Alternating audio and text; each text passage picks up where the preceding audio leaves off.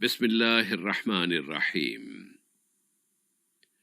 صاحب سمو امیر شیخ تمیم بن حمد آل ثانی نے دوست ملک ریاست ہائے متحدہ امریکہ کے صدر ڈونلڈ ٹرمپ کی جانب سے ایک ٹیلی فون کال وصول کی، جس میں دونوں ملکوں کے باہمی اسٹریٹجک تعلقات، انہیں فروغ دینے کے وسائل اور نووا کرونا وائرس کووڈ-19 کی وبا کی روک تھام، اس سے بچاؤ، اس کے پھیلاؤ کی روک تھام اور اس حوالے سے باہمی تعاون کے شعبوں پر بات چیت کی گئی ہے۔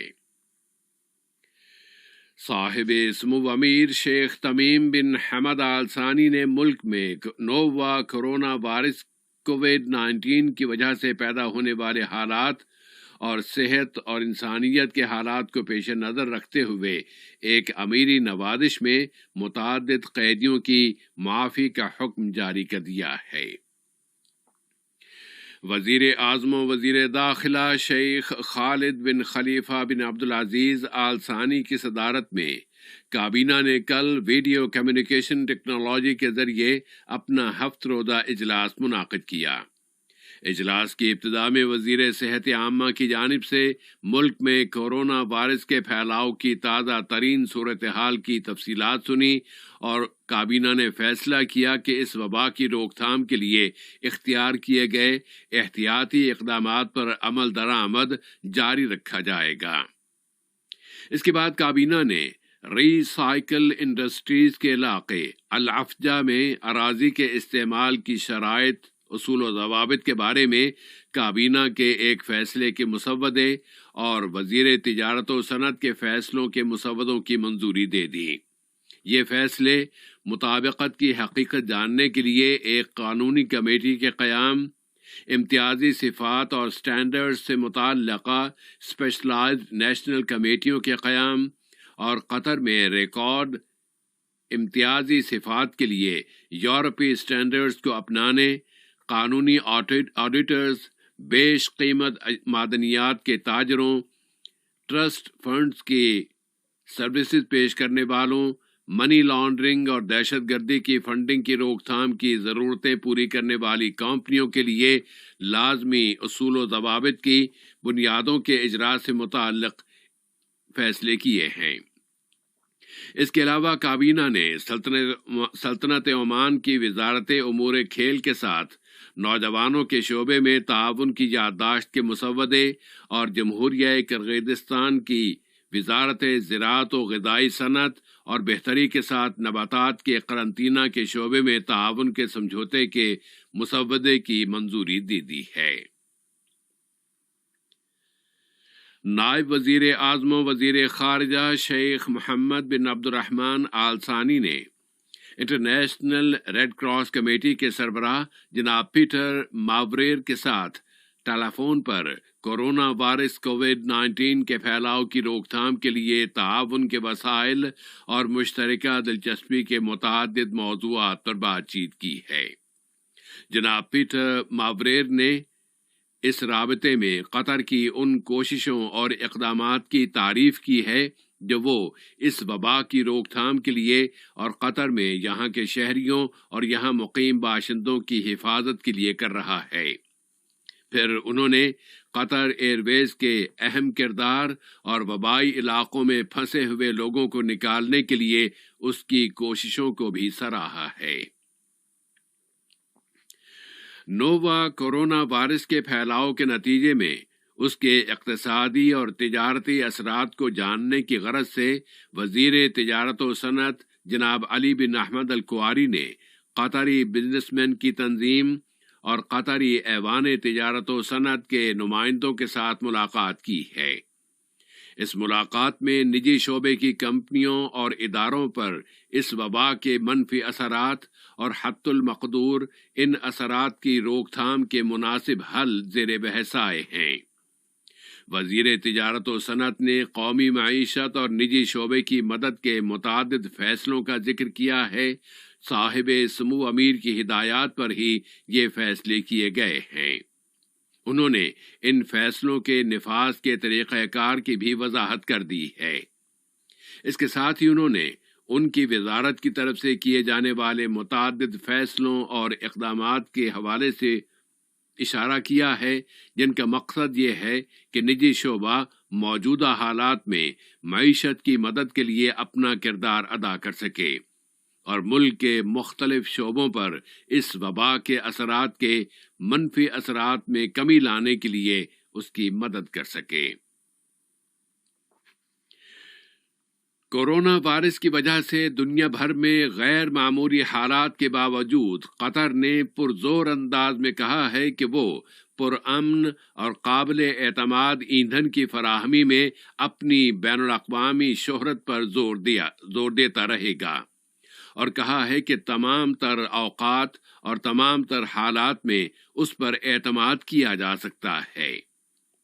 وزیر مملکت برائے امور ایندھن اور قطر پیٹرولیم کے ایگزیکٹو ڈائریکٹر انجینئر سعد بن شریدہ الکعبی نے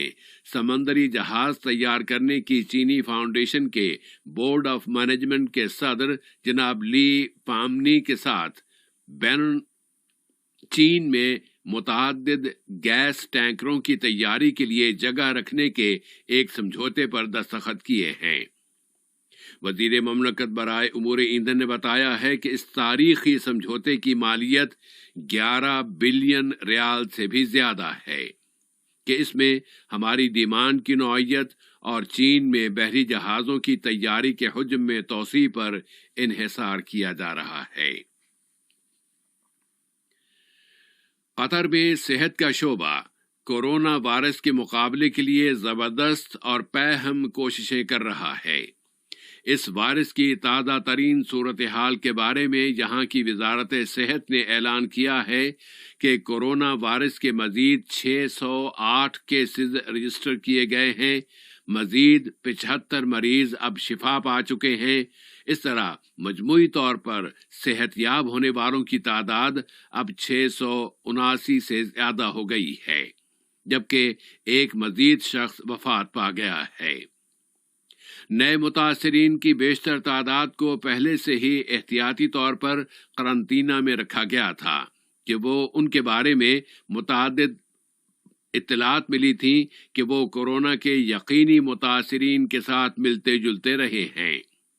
پھر ان نئے متاثرین میں کچھ ایسے شہری اور مقیم باشندے بھی شامل ہیں جن کی فیملیز کے افراد اس وائرس سے متاثر ہو گئے تھے اور یہ ان متاثرین کے ساتھ ملتے جلتے رہے ہیں۔ وزارت صحت نے کہا ہے کہ متاثرین کی بڑی تعداد کی کئی وجوہات ہیں، جن میں یہ وجہ بھی شامل ہے کہ یہ وائرس اب اپنے انتہائی مرحلے میں داخل ہو گیا ہے۔ وزارت صحت نے معاشرے اور سماج کے تمام لوگوں سے اپیل کی ہے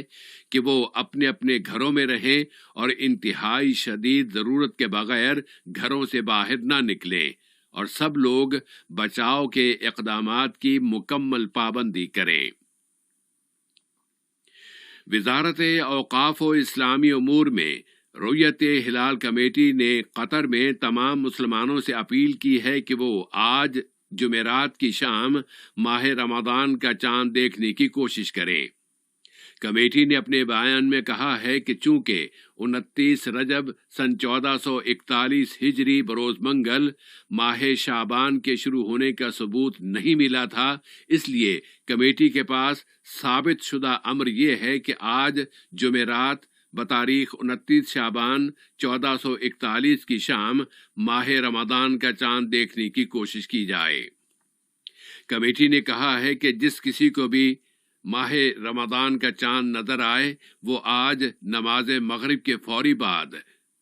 برجوں کے علاقے یعنی دفنہ میں واقع رؤیت ہلال کمیٹی کے دفتر میں جا کر اپنی گواہی پیش کرے۔ وزارت اوقاف و اسلامی امور نے اعلان کیا ہے کہ ملک میں تمام مساجد 5 نمازوں کی جماعتوں اور نماز جمعہ کے لیے بند رکھی جائیں گی،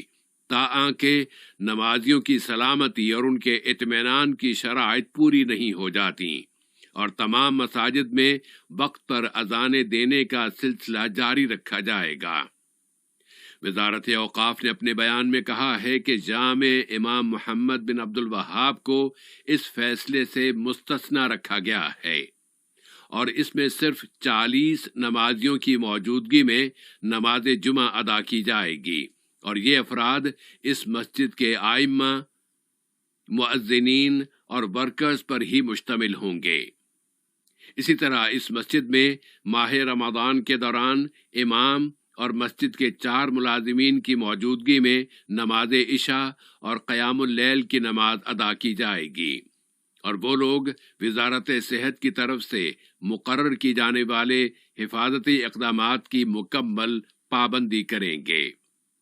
وزارت اوقاف نے پرزور انداز میں کہا ہے کہ وہ کورونا وائرس کووڈ-19 کے پھیلاؤ پر نظر رکھنے والے اداروں کے ساتھ رابطے میں ہے اور جب اس وبا کے پھیلاؤ کا خطرہ ختم ہو جائے گا تو فوراً ہی تمام مسجدیں کھول دی جائیں گی۔ ماہ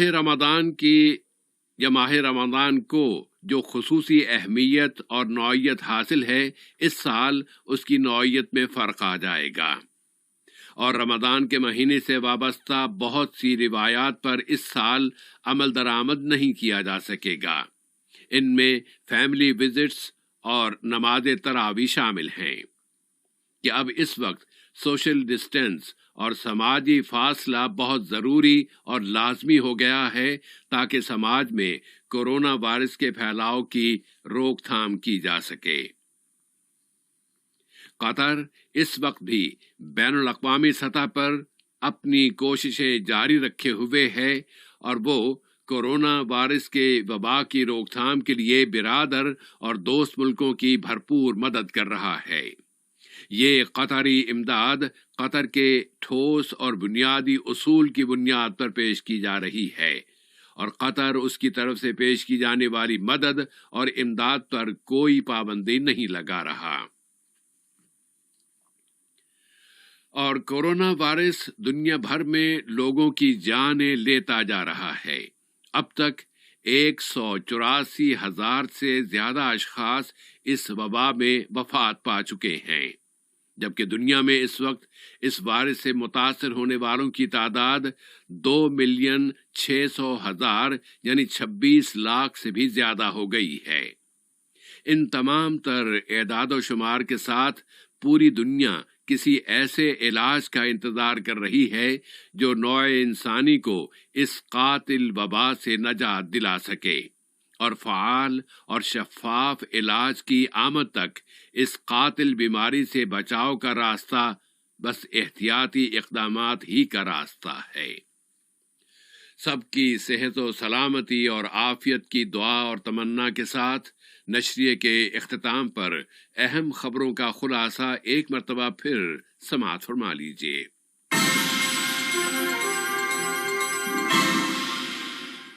صاحب سمو امیر نے امریکی صدر کے ساتھ دونوں ملکوں کے باہمی اسٹریٹجک تعلقات اور کورونا وائرس کی وبا کے پھیلاؤ کی روک تھام کے وسائل پر بات چیت کی ہے۔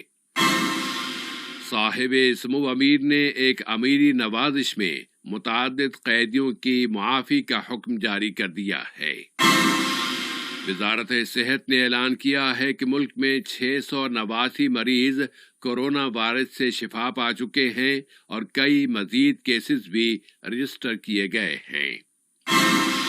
کورونا وائرس کے نتیجے میں اموات اور متاثرین کی تعداد میں مزید اضافہ ہو گیا ہے اور دنیا ابھی تک ایسے علاج کی منتظر ہے جو اسے اس قاتل وبا سے نجات دلا سکے۔ ریڈیو قطر سے آج کا پہلا نشریہ اپنے اختتام کو پہنچا۔ اگلا نشریہ رات 7:30 بجے پیش کیا جائے گا بإذن اللہ تعالی۔